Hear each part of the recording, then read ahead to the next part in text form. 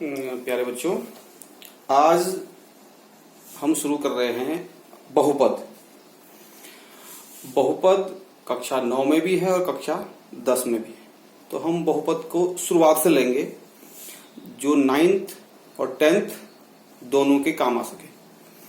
मेरी कोशिश रहेगी कि आपको बारीक से बारीक, छोटी से छोटी कोई भी डाउट्स हैं उनको क्लियर करते हुए बहुपद को आगे बढ़ाता जाऊंगा। तो बहुपद शुरू करते हैं। बहुपद को कहते हैं पॉलिनोमियल्स। बहुपद में दो टर्म्स, दो चीजों से बना हुआ है, बहु और पद। बहु और पद। बहु मीन्स बहुत, पद मीन्स टर्म। तो पॉली मीन्स वही होता है, पॉली मीन्स अधिक, नोमियल्स मीन्स टर्म्स या स्टेप्स। तो बहुपद हम कहेंगे कि जिसमें एक या एक से अधिक पद होते हैं वो बहुपद कहलाता है। अब हम पद किसको कहेंगे? हमने व्यंजक पढ़े हैं, व्यंजक और बहुपद बिल्कुल मिलता जुलता है। बहुपद में जो पद होंगे, पद हम इस तरह से लेंगे कि जब चर और अचर की हम संक्रियाएं करते हैं आपस में, तो जो हमको टर्म मिलते हैं उनको हम पद कहते हैं। जैसे अब x के साथ 1 का गुणा हो रखा है, ये 5x प्लस 3 प्लस 7x, तो ये हमारे पास पद है। ये 1 पद, 2 पद, 3 पद, 4 पद, इनको हम कहेंगे पद। और एक से अधिक पद है तो इनको कहते हैं बहुपद। अब बहुपद में हमारे पास बहुपद जैसे a0 x की घात 0 प्लस a1 x की घात 1 प्लस a2 x की घात 2 प्लस ऐसे चलते जाएंगे 1 to the power n x to the power n। तो ये हमारे पास, ये देखो इतने सारे ये पद हैं। ये है 1 पद, ये है 2 पद, ये है 3 पद, ये है 4 पद। तो ये हमारे पास ये है बहुपद। बहुपद हम कहेंगे जिसमें बहुत सारे पद होते हैं। अब एक या एक से अधिक, अगर हम कहेंगे कि क्या यह बहुपद है x, हम कहेंगे यस, हाँ एक बहुपद है। क्यों? क्योंकि x के साथ 1 का गुणा हो रहा। मैंने कहा था कि आपके साथ कि चर अचर की जब संक्रियाएं होती हैं तो आपके पास पद बनता है। तो x के साथ 1 का गुणा हो रखा, तो ये एक बहुपद है। तो अब हमारे पास हम बहुपदों को दो प्रकार से विभाजित करते हैं, एक पदों के आधार पर, दूसरा घातों के आधार पर। तो हम दो बनाएंगे। सबसे पहले हम देखेंगे पद के आधार पर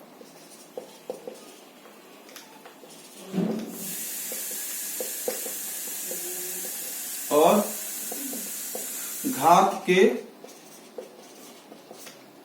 आधार पर। अंग्रेजी में कहेंगे in the basis of terms and in the basis of degree. अब हमें, अगर हमसे कहा जाए कि पहला आता है इसमें एक पदीय, दूसरा द्विपदीय, फिर त्रिपदीय। जिनमें एक पद होगा वो एक पदीय। जैसे लिखा हुआ है 2x, तो ये एक पदीय है। कहीं पे लिखा हुआ है 2x धन 3, तो ये हमारे पास द्विपदीय हो गया। और कहीं पे लिखा हुआ है कि 2x स्क्वायर धन 3x धन 5, तो इसमें 3 पद हो गया। और ऐसे ऐसे पद बढ़ते जाएंगे तो हमारे पास वो पदों के आधार पर ये बहुपद। दूसरा होता है घात के आधार पर। तो घात के आधार पर क्या हो जाता है? पहला होता है रेखीय बहुपद। एक घात वाला रेखीय बहुपद होगा, जैसे 2x धन 5, ये रेखीय बहुपद होते हैं। दूसरा द्विघातीय बहुपद।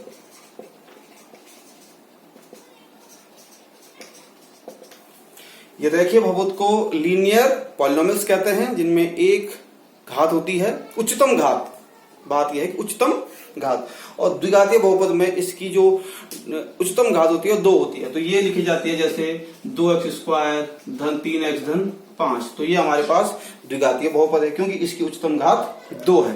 जो x की घात कुछ नहीं लिखी हुई है तो उसकी घात 1 मानी जाती है, और हमेशा घातें डिक्रीजिंग ऑर्डर में होती है। जैसे मैंने पहले लिखाया था कि a की घात 0, x की घात 0, a1 x की घात 1, a2 x की घात 2। हम इस तरह से घातें बताएंगे। और यह द्विघात बहुपद है। अब त्रिघात बहुपद जिसमें उच्चतम घात 3 होगी वह त्रिघात बहुपद कहलाएगी। 2x की घात 3 धन x² प्लस 2x प्लस 3। तो इसकी जो उच्चतम घात है वो 3 है। और जब भी हम बहुपद लिखते हैं तो घटते हुए क्रम में सबसे बड़ी घात आगे लिखेंगे, फिर उससे कम ऐसी घातों को हम लिखते हैं।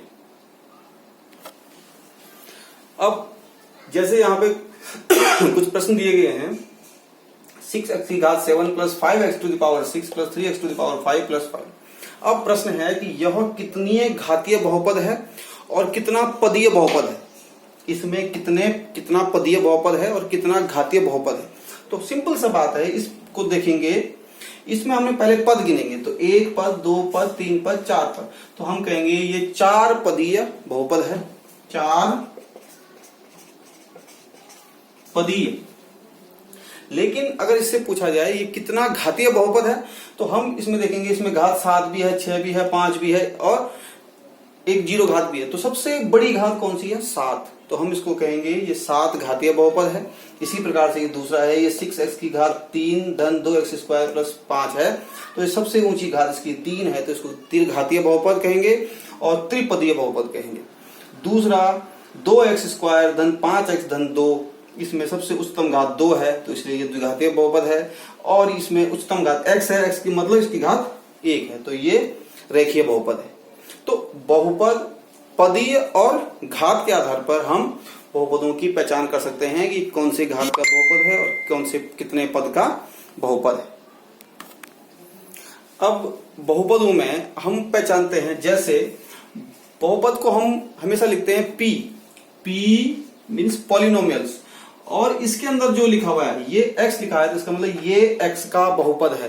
तो इसके पीछे जितने भी टर्म्स आएंगे वो x में ही आएंगे, न कि y में न z में। जहां जो चीज लिखी होती है उसी के रूप में आता है। तो ये x का बहुपद है तो हम यहाँ पे लिख सकते हैं कि 6x² प्लस 2x प्लस 5। तो ये द्विघातीय बहुपद है और x का बहुपद है। माना हमने ये लिख दिया कि px बराबर 5x प्लस 7, ये रेखीय बहुपद है, ये x का बहुपद है। मैंने लिख दिया t, अब t है तो ये t का बहुपद होगा 3t प्लस 6, ये t के रूप में आएगा। मैंने लिख दिया py तो ये हो जाएगा 2y² प्लस 6y प्लस 2, तो ये y का बहुपद है। तो ये x का बहुपद, t का बहुपद और y का बहुपद। तो जो px है तो px polynomials of x, polynomials of t and polynomials of y। अब हम बात करते हैं कि बहुपदों के शून्यांक ज्ञात करना। अब शून्यांक क्या होता है? शून्यांक मूल भी कहते हैं। शून्यांक किसे कहते हैं? शून्यांक हम देखेंगे, माना हमारे पास एक रेखीय बहुपद है, रेखीय बहुपद का व्यापक रूप होता है ax प्लस b। तो हम इसको कहेंगे ये px, x का बहुपद है तो px is equal to ax plus b, ये रेखीय बहुपद का व्यापक रूप होता है, हम इसी को व्यापक रूप भी कहते हैं। तो अगर हमने ये लिख दिया कि pk बराबर ak प्लस b, ये क्या हो जाएगा? x बराबर k रखने पर, मैं x बराबर k रखने पर इसका शून्यांक क्या होगा? इसका शून्यांक होगा -b अपॉन a। तो k, क्योंकि इस k की जगह पे हमने 0 कर दिया। थोड़ा इसको और ढंग से बताते हूं कि अब हम इसको ऐसे लिख देंगे कि ak प्लस b बराबर, शून्यांक का मतलब है उसको हमने शून्य रख देना है, कि हम इसको k रखने पर इसका मान शून्य हो जाता है। मीन्स, तो इसलिए k का मान क्या हो जाएगा माइनस बी अपॉन ए। तो किसी भी रेखीय बहुपद का शून्यांक क्या होता है, k बराबर माइनस बी अपॉन ए। अब इसको समझिए, माइनस बी क्या है, माइनस बी होता है x का गुणांक बटे अचर, x का गुणांक बटे अचर। मैंने भी बताया है कि जो रेखीय बहुपद होता है उसका व्यापक रूप ये होता है। तो ये x का गुणांक है, अचर b है। तो जब भी हम किसी का बहुपद का शून्यांक निकालेंगे तो x का माइनस बी अपॉन ए, अचर बटे x का गुणांक, ये थोड़ा गलत लिख दिया,